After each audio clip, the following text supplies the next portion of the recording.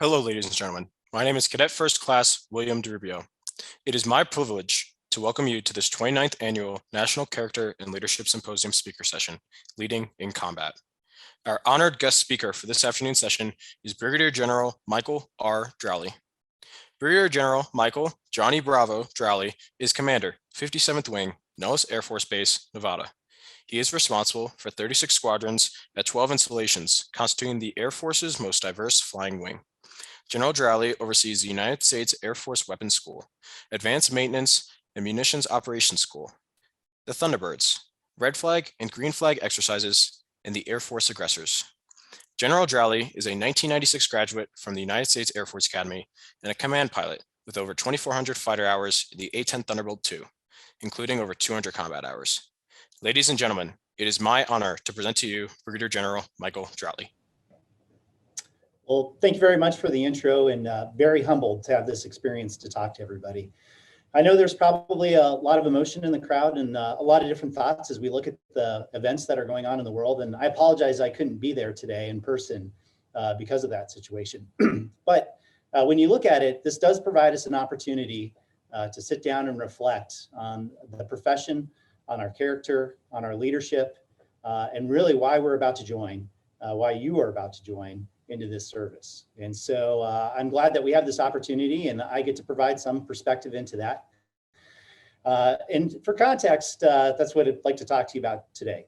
I had a commander who used to, as he'd walk around and see the airmen and see the troops that he was working with, ask the question, when did you join the Air Force?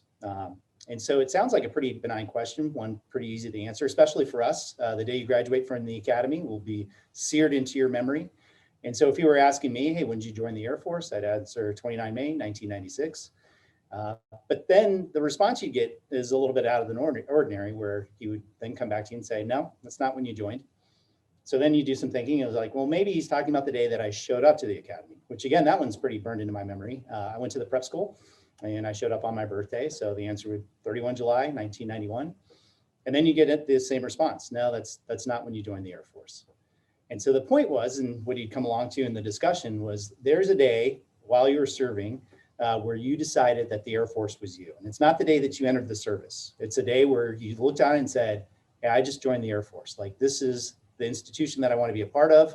I embrace the values, I embrace the principles, and now this is a part of me.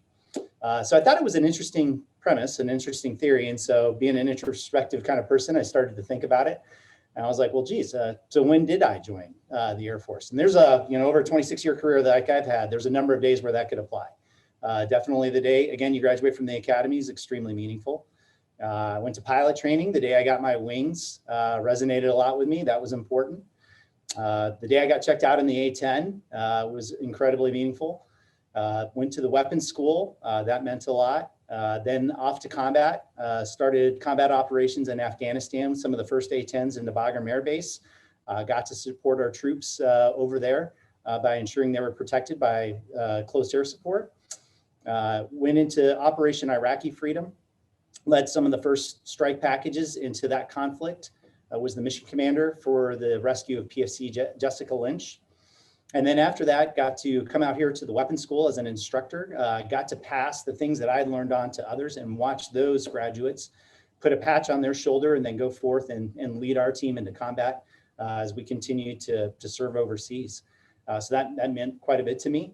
I got to be an AOC at the academy, learn about leadership, get to see my cadets walk across the stage, throw their hats in the air, and then go forth and be officers.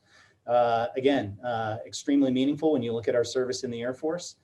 I've gotten to command as a squadron commander, as the commandant of the weapons school. And so there was a number of times where I look back and go, wow, was that the day that I joined the Air Force?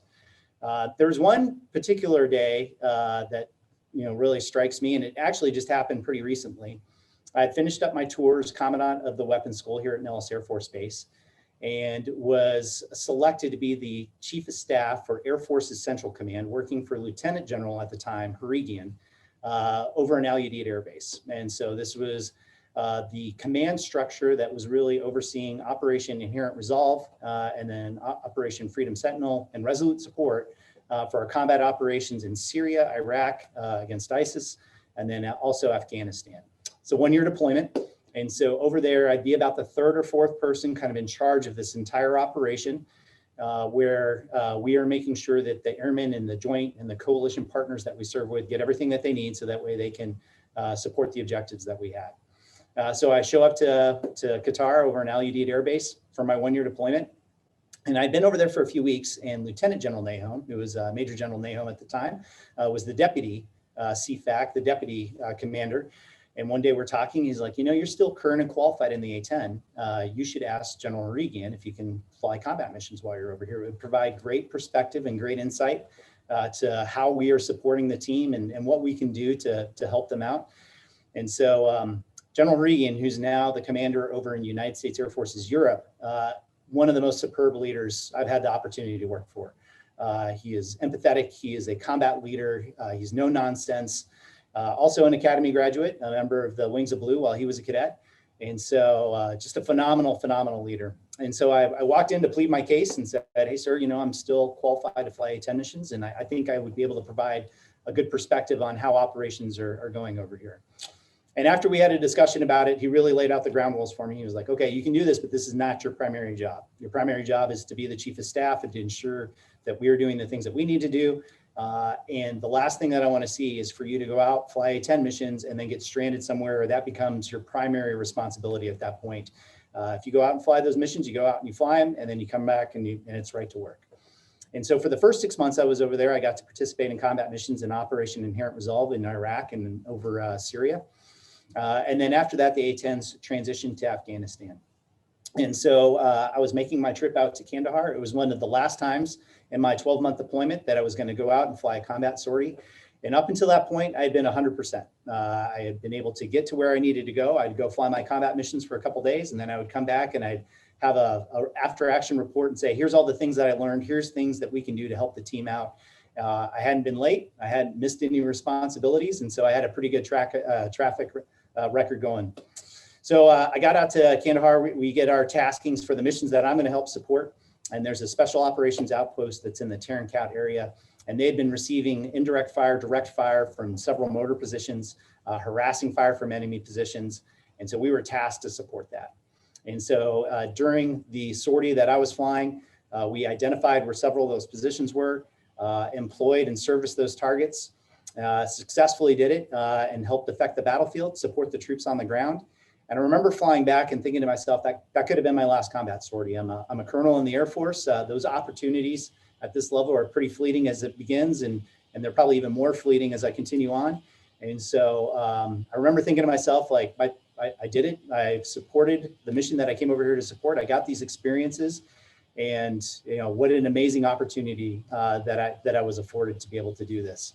But once I got wheels on the deck, I really started to focus on the next threat, which is like, I want to keep my track record in place here, and I need to get back and make sure that I don't miss, this opportunity that I was provided and get back to my primary responsibility, which is being the chief of staff at AFCENT. So one of the things while you're over in the area of operations that we may be supporting is it's not like there's a given flight schedule. There's flights that are always kind of coming and going, delivering supplies or doing troop movements and those kind of things. And it's not like you've got a Southwest schedule that you can pull up and say, here's where I'm going to hop on. There is a schedule, but it's fairly dynamic based off of everything that's going on. So I checked in with base operations, and they're like, there just so happens to be a C-17 going back to Al Udeid. It's going to show up here in about 5 or 6 hours. You can hop on, and it's a one-shot trip all the way back. And I thought, my luck is just doing outstanding here. Well, so as I'm sitting in base operations waiting for the flight to show up, a C-17 lands, and they're like, hey, that's actually the flight we were talking about. I don't know why it's here early. And so I make my way out to the C-17 because I want to meet the crew, and I love learning about aerial events and what it is that we do as a profession. And so I always try and take the opportunity to talk to the team and again see where I can learn. Most of the time I'm greeted at the aircraft. Everybody kind of gives me an overview of what the mission is that they're doing, how their deployment is going, areas that maybe I can help out. But this crew was pretty focused on the task at hand that they had. And so I noticed they were very much in the books. They were very much in the checklist. They were reviewing the information for the tasking that they'd received. And on the back end of the C-17, there's just tonnage of equipment that's getting loaded up. Heavy loaders, heavy excavation equipment, multiple special operations troops that are getting on board, to the point where, I mean, I've been around mobility operations before. I'd never seen quite this amount of stuff getting loaded onto the aircraft. And so I finally make my way up to the crew and I'm like, hey, guys, I'm Colonel Drowley. I'm catching a ride with you back to LUD. And I noticed they are very, again, immersed into the task of going through their checklist and running numbers. And so finally, one of them turns around. It's a first lieutenant and a brand new captain who are the pilot and the co-pilot of the aircraft and the mission commander and co-mission commander. And he turns around and he's like, actually, we're not going to LUD right off the bat. We've got a primary mission that we're doing first. Then we come back here. Then we get fuel. And then we go back to LUD. So, we should be back in about 3 or 4 hours, which marries up with the timeline that they originally told me.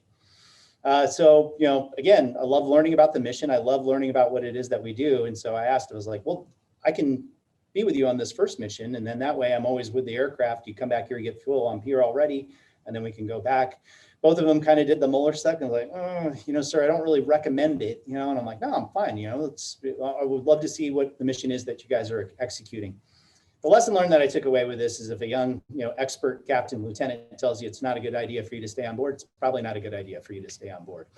So as I'm watching this equipment get loaded up, there's a crusty senior master sergeant in the back that's the load master who's helping all this equipment get into place and make sure the center of gravity and the weight and balance is correct. And so I asked him, I was just like, this seems like a lot of equipment that we're putting on. Have you ever loaded this much? He's like, never. This is the first time I've ever seen this much equipment. He's like, we're authorized, it's capable. He's like, but we just got a lot of stuff that we're putting in. And so I asked, I go, well, where are we delivering all this? And he's like, well, Tarrant Cout. I'm like, oh, wow, I just kind of bombed around that place. And that's where I had the second indicator of maybe I should reconsider the choice that I'm making, which is hopping on board this mission. So anyway, we get loaded up, everything is certified and good to go. And we take off and the sun is now set, it's nighttime, and we go to do this delivery into this outpost so they can get the things that they need to make sure their defenses are built up and it's good to go. So we're in our holding pattern. There's A-10s, the ones that I just flew with, that are there to support and make sure the area is sanitized. And as we get ready to make our final approach into the outpost, the mortar fire that we had serviced earlier is popping up in other places now. There's more indirect and direct fire going into the outpost. The A-10s go off to try and service that as the C-17 gets ready to make its approach. And so as we're on this approach, it's a dark night, we're heavyweight. It means that you have to keep the power up to try and stay on the glide path that you're trying to follow into the airfield. I start seeing tracer fire come up towards the aircraft and anti-artillery fire coming up towards the aircraft, which I've seen before, but now granted, I was in an A-10, heavily armored, can take a beating, highly maneuverable. Never in a heavyweight on descent into the airfield C-17. Now, because I had experienced fire before, as soon as I see it, I was like, we're getting shot at. That's AAA. The pilots that I was flying with had not been shot at before. So this was their first time seeing it, and they're under night vision goggles. And so I'm using the naked eye to see it, and I can see the individual tracer fire coming up. The first time you're shot at when you have night vision goggles on, it almost has a flashing effect, and that's kind of what it looks like. And so my pilot and co-pilot, as they start seeing some of the fire go up, kind of look to each other and go, wow, is it raining? It looks like there's lightning out. To clear up all confusion of what's going on in the cockpit, that senior master sergeant who was loading things up comes running up to the cockpit and just screams at the top of his lungs, we're taking fire. And sure enough, now the volume of fire is increasing to the point where I'm sitting in what's called the rear position seat of the aircraft, which is right behind the pilot. And as I'm watching the fire come up, I'm doing an insidious lean back. Like that's going to save my life. Like the AAA and the rounds that are flying up, the 6 inches that I would have leaned back is going to save me from getting hit. And there was a good volume of fire coming from all directions, from in front of the aircraft, from the side of the aircraft, as we go to make our final approach. When you're in that situation, they have a decision to make. They can break it off and then go around, but most of the time you commit to the landing. That's the safest and the most tactical thing that you knew. And so that's what we executed that day. And so the team did an amazing job. Poor conditions as far as the illumination goes. We're taking fire. The weather was actually degrading. They're heavyweight. They're going into an austere airfield, and they put the aircraft on the ground. And then now they're trying to taxi around while the outpost is under fire so they can deliver the cargo that they need to deliver. Much like when you're in these situations, the adrenaline dump happens, and now you realize that you just kind of flirted with disaster and death and survived.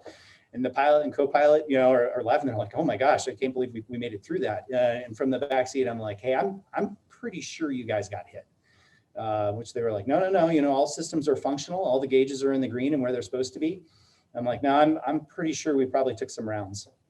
So as we make her stop, the co-pilot gets out of the aircraft, does a quick inspection, comes back in and goes, no, everything looks good. And so now it's time to depart. And so the C-17 is now lightweight, and their tactic to get out of the airfield is to do a rapid climb and try and get up into altitude away from the environment where you're getting shot at. So as we do that, we run up the power, we depart the airfield, we take off at a high velocity and with a vector to try and get away from the ground. And as soon as we do that, every caution warning indicator light in the cockpit starts going off. We're losing electrical systems, we're losing hydraulic systems, because sure enough, we did get hit. As it turns out, we took about 6 rounds across the belly of the aircraft. The crew, again, does an amazing job. They get us pointed back to Kandahar, which is where we started from. They're staying underneath the weather, which is degrading. And then they're able to get us in with like minimal navigational equipment, because a lot of the damage that occurred, hydraulic systems that were failing, and then we land on Kandahar and we get to a safe stop. I'm able to congratulate the crew and say, hey, you guys did an amazing job there, but I've got to get back to my base, because again, I've got a tasking where I got to make sure that I get back, but you guys did incredible. And now I start trying to figure out where my next ride is. It turns out that in the earlier support that we provided that outpost, there was a special operator that was wounded, and there was an H-860 about to make its way to another airbase, so that way they could start getting medical support, and it was leaving. And they told me, hey, from there, you can then catch another aircraft to get you back to Al-Udeid. And so I hop on this helicopter. Now the weather is significantly degrading. And I'm talking to the crew, which again is 2 young captains that are piloting this. And we've got our guardian angels and pararescue men that are providing medical support to the special operator who'd been injured. And they're trying to make the determination whether they can take off in the weather as it looks, because of it's degrading and we're in a mountainous area. And not even with looking at me, which I'm again kind of baggage in the jump seat at this point. They're like, hey sir, we're pressing with this. We got to get him some help. And I'm like, you got it. I'm once again along for the ride. And I get to watch this crew navigate these mountains with their night vision goggles on, work their way through the weather, get to the airfield that they need to get to. And once they get there, they transload the injured special operator to a medical support C-130, where he'll get the care that he needs to and get to a more enduring hospital location. So it just so happens that the aircraft that I'm hopping on there is another C-17. So I get on that one, and what's going on is what's called the relief in place or transfer of authority for the Army. So what you have is you have brand spanking new troops that are getting off the aircraft, and then Army members who had been there for about 12 to 14 months, dirty, just been in the thick of things for quite a while, that are now getting on to go back home.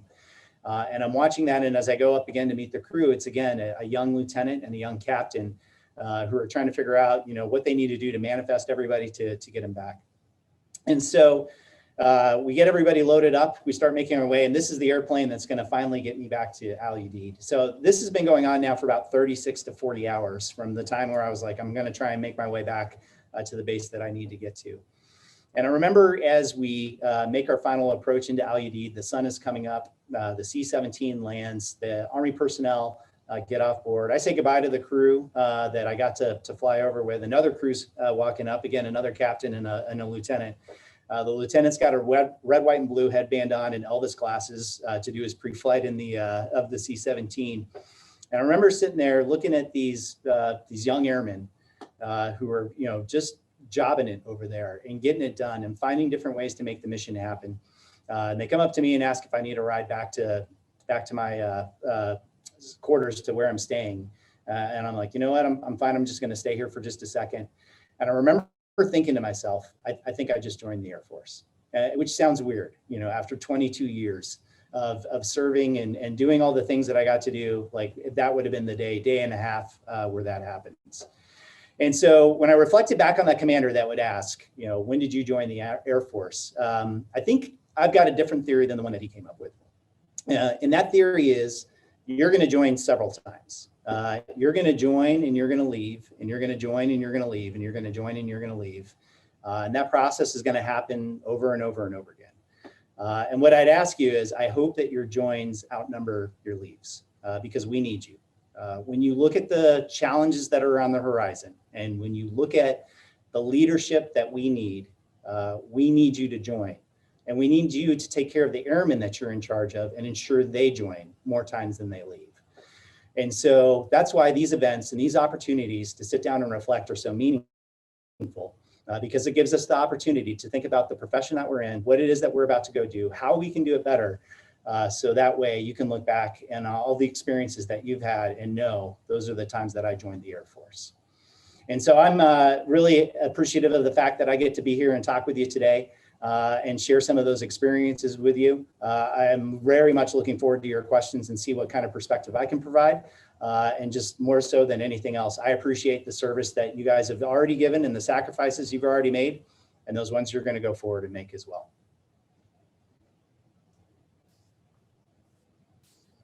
General Drowley, thank you so much for your message this afternoon.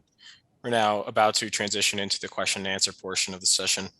Our audience, either in F1 or virtually over Zoom, may type questions into the discussion board aligned with this virtual session on the NCLS event platform. I will then take those questions and relay them to Brigadier General Drouly. Sir, I'll start off with one as those questions begin to populate. So this year's theme for NCLS is ethics and respect for human dignity. As a leader, can you talk about one of those experiences that made you realize how important that is? Yeah, so, as an overarching why it is so important, when you look at what we do again as a profession and how critical that is, for me, you want the tightest, most well-oiled team that you can possibly get. And if there's anything that detracts from that, if there's anything that takes away from that, it really impacts your ability to not only get the mission done, but take care of each other from a team aspect or team dynamic. And so that's why that ethical responsibility and that respect for human dignity is so critical. So that everybody that is part of that team or is part of the mission that you're executing has that sense of security or that area that they want to, that they know that they can operate in. And so from my standpoint, there's been, I would say, several different instances of where that has become important. And I think the biggest lesson learned that I've taken away from that is how do you create the environment to know that you can have interactions with an individual and the interactions that you're having are to help them be better, to help them get the job done that they need to get done. And you want to be as effective as possible. And they know that they can come to you in an open and secure environment and say, hey, this is what I'm going through. These are the things that I'm dealing with. And here's where I need help. And so that respect and that relationship that you have is what makes it critical. I would say that that is, to me, what I've always tried to search and find when I look for leadership discussions or leadership venues or leadership material that's out there is how can I better provide that close-knit dynamic and a culture that supports that. And so it's not just really one overarching example. I would say throughout a career, I've realized that is one of the most important aspects to team building and leadership that you can provide as a leader. Thank you, sir. I have a question here from John. It's asking, what made you want to be an officer rather than an enlisted? Yeah, that's a great question. Great question. When you look at how much education and leadership development our enlisted force has now, it really doesn't just blur the lines, but it really raises the entire, I would say, caliber of the force that we have overall. And the distinction, the historical distinction of, hey, officers are college educated and your enlisted force is, right out of high school has changed quite a bit to when you look at what the makeup of our force is today. So what really, I would say, resonated with me to be an officer is the responsibility that comes along with being an officer. And so I would say we are all leaders, all supervisors, all managers at different levels, no matter whether you're enlisted, NCO, airman, NCO, senior NCO, to officer, to general officer ranks. There's dynamics that are just baked into every aspect of what we do day in and day out. I would say the differentiation is the responsibility that comes along with that. And so that's really, I think, what meant a lot to me is not only the authority to make the decisions that I need to make, but the responsibility to own it. If it went poorly or if it went well, I knew that I was the responsible one. And that's really what comes with the officer position when you look at what it is that we're charged to do. Very well said. Thank you, sir. I have a question here from Amy, who asks, you mentioned about joining and leaving and joining and leaving. What are some of the strategies that you have when, you feel like you're disengaged? How do you get that motivation to rejoin? Yeah, well, part of it is kind of going back to what that purpose is, or what I call it, what your why is. And so when I look at like the reasons why I am still here doing what it is that I do, and like I said, it is perfectly healthy and normal to leave and to join and to leave and to join. That I try and go back to the thing that anchors me, and it's like, why do I do what it is that I do day in and day out? And for me, there's a few different reasons, but the primary one is I've had a number of experiences, a lot of those in combat. And I feel like I have a responsibility to now pay that forward and ensure this generation of leaders, this group that I'm talking to, is ready to take on those same challenges. I feel like I'm doing a disservice if I have that information, that knowledge, those experiences, and I just keep it to myself and I don't try and pass the lessons learned, the scar tissue that I've built up onto you. And so that's kind of reason number one for my why. Reason number two is on the family side. We've had to make a lot of sacrifice as well. My wife's a professional. She's an orthodontist. We've got 3 kids. And so I look at it as a primary responsibility of mine to say, how do I take the team that I have and develop them and give them back better than I have? How can I make things better for the next group? So that way, again, they are being developed, they are reaching their full potential. And so that is a primary responsibility of why I stay. And then the last one is, and like we talked about, there's a lot of challenges that are out on the strategic environment. I want to make sure that every single airman that I have the ability to impact is ready for whatever those challenges are. So that way they can look themselves in the mirror and they go, I am prepared for this, and I'm ready to lead and get the mission done and take care of my people. And so I would encourage everybody to think about that and reflect on that, is like, hey, why am I doing this? What is my purpose in joining and being part of this profession? And that will usually bring you back to the reason why you joined, or bring you back to joining. Thank you, sir. I have a question here from Christoph, who asks, when it seems like everything is going wrong in a situation, whether it be in combat or your football team is losing, how do you deal with composure? Keep yourself composed. Yeah, no, that's a really good one. And the lesson that I've learned from the combat sorties or the extremist leadership situations that I've had is everybody is going to look to you and really reflect the demeanor, the composure, and how you conduct yourself. And so in those situations, when I feel like I'm getting nervous or I'm looking at the situation and I'm like, hey, this is not going well, that's me really thinking about myself at that point and not about the team. And so what allows me to help be able to lead in those situations is to not think about myself and to think about the others and go like, hey, the best way that I can help everybody else is to be cool, to be calm, to think 5 to 6 steps ahead of the rest of the group, because that is what I'm responsible for as a leader. As a leader, my job is to look 1 day, 10 days, 10 months, 10 years into the future and help us navigate our way to success. And so I can't do that if I'm thinking inwardly about how maybe I'm messing this up. Maybe I'm not doing a good job here. It's got to be part of the cross check. I got to look and go, okay, is there things I can do to improve? I just delivered that message. Do I need to say it again a different way? But it can't be what I'm completely really anchored on. I've got to think outside of myself and about the rest of the group. And that really helps me keep that composure.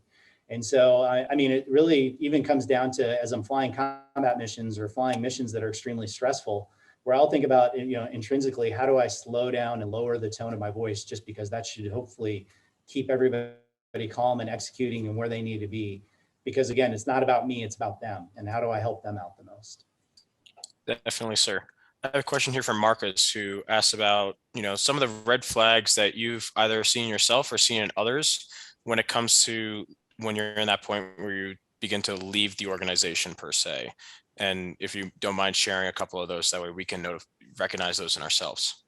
Yeah, I think a lot of it, again, and it's healthy to think about those, or it's normal to go through those. I am cautious of anybody who's just like, you know what, I hate this, I don't want to be a part of it, it's terrible. Then I'm like, well, then you probably need to make a decision to transition or separate or retire.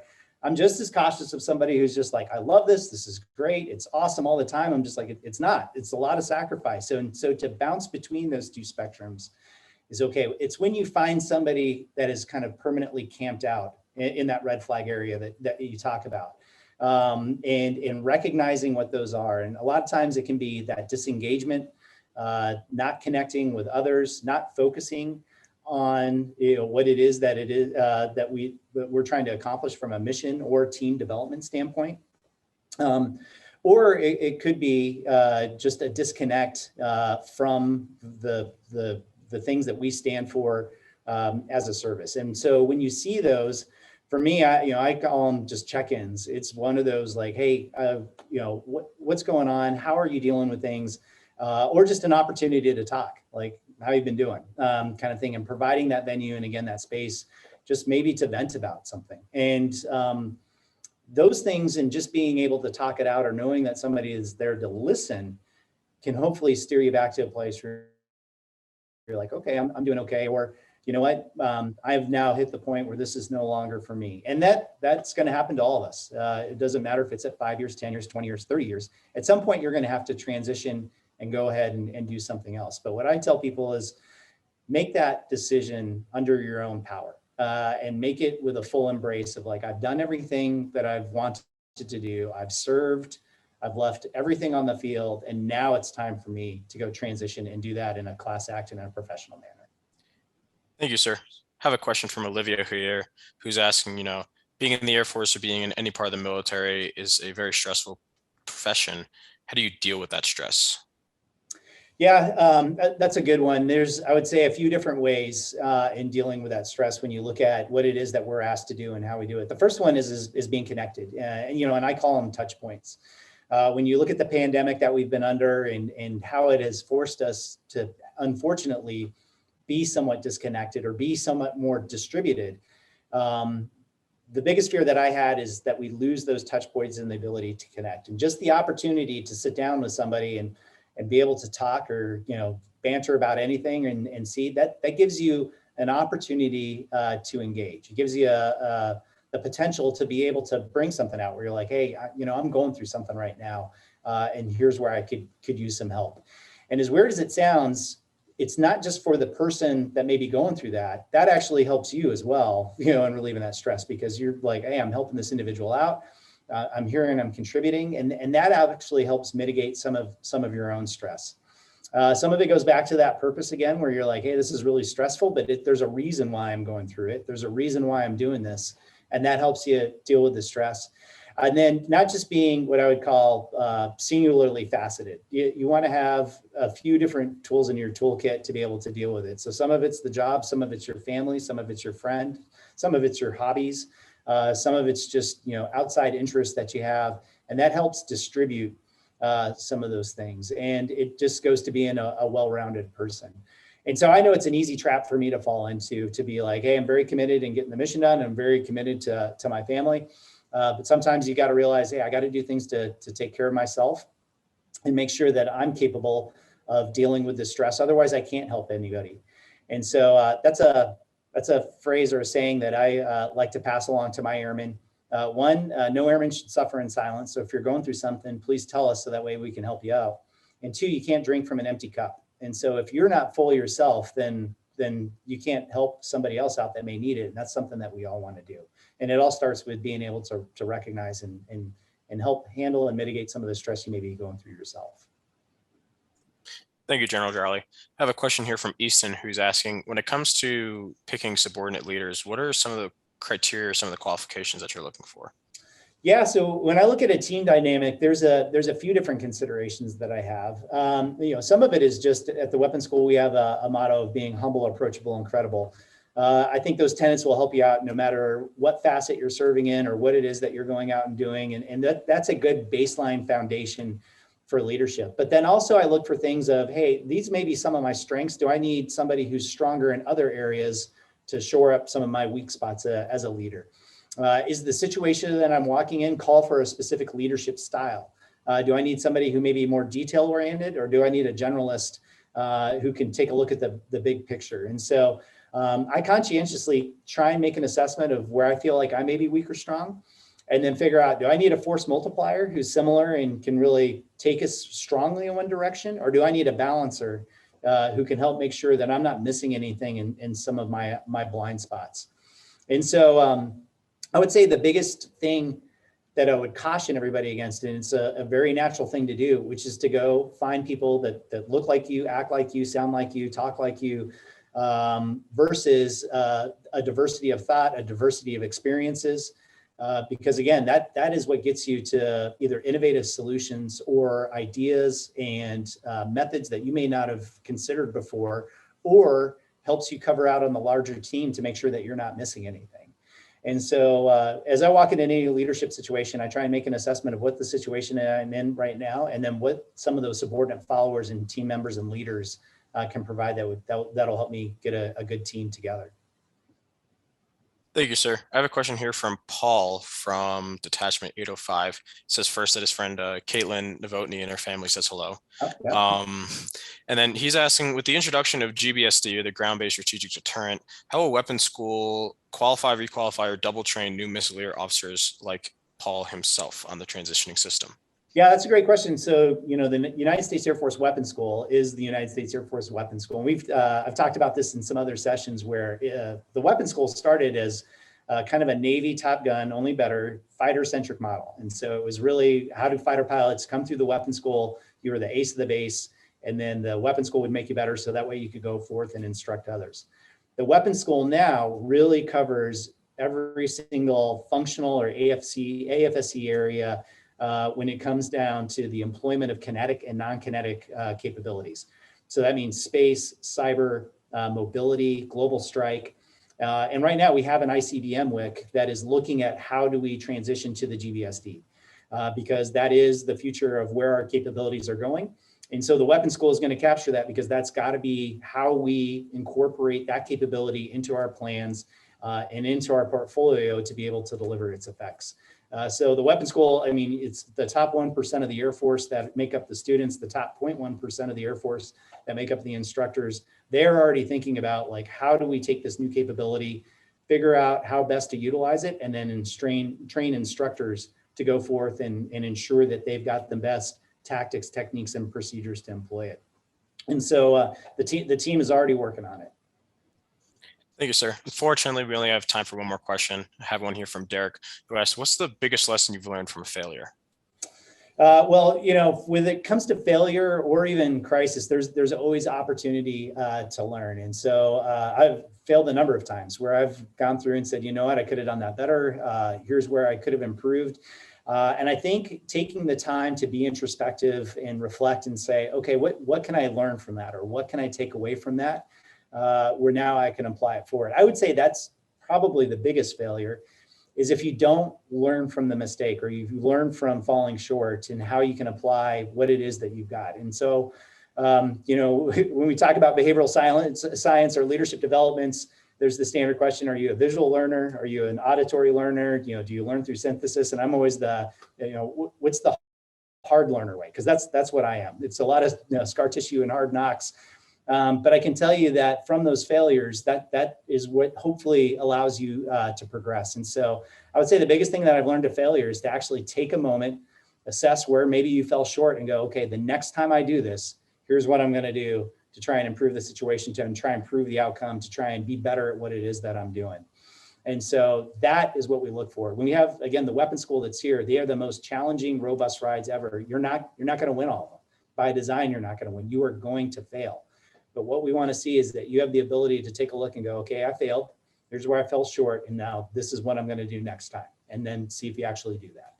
And so from failure, that's what I've learned, is I've got to take a couple minutes to sit down and go, okay, didn't go well. What do I need to do now to keep improving? General Drowley, thank you again for your time today. We value your perspectives, which have enriched our view of ethics and respect for human dignity.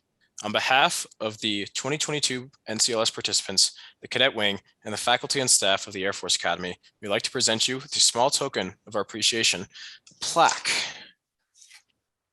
Oh, that is outstanding. I am virtually taking that plaque. I look forward to it. Again, I'm really sorry that I couldn't be out there in person. I think I do have another opportunity to come out there and talk to the Cadet Wing. I am really looking forward to it.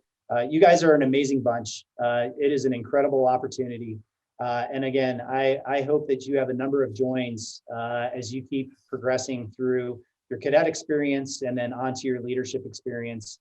I can tell you from somebody who's sat in those seats, it is an amazing an amazing journey that you're about to go on. It's going to be challenging, and there's a lot of responsibility that comes along with it. We are all depending on you, and I am looking forward to see all the incredible things that you guys go forth and do. Thank you, General Drowley. This concludes our session. We would appreciate audience feedback at the testimonial booth on the south side of the Arnold Hall foyer.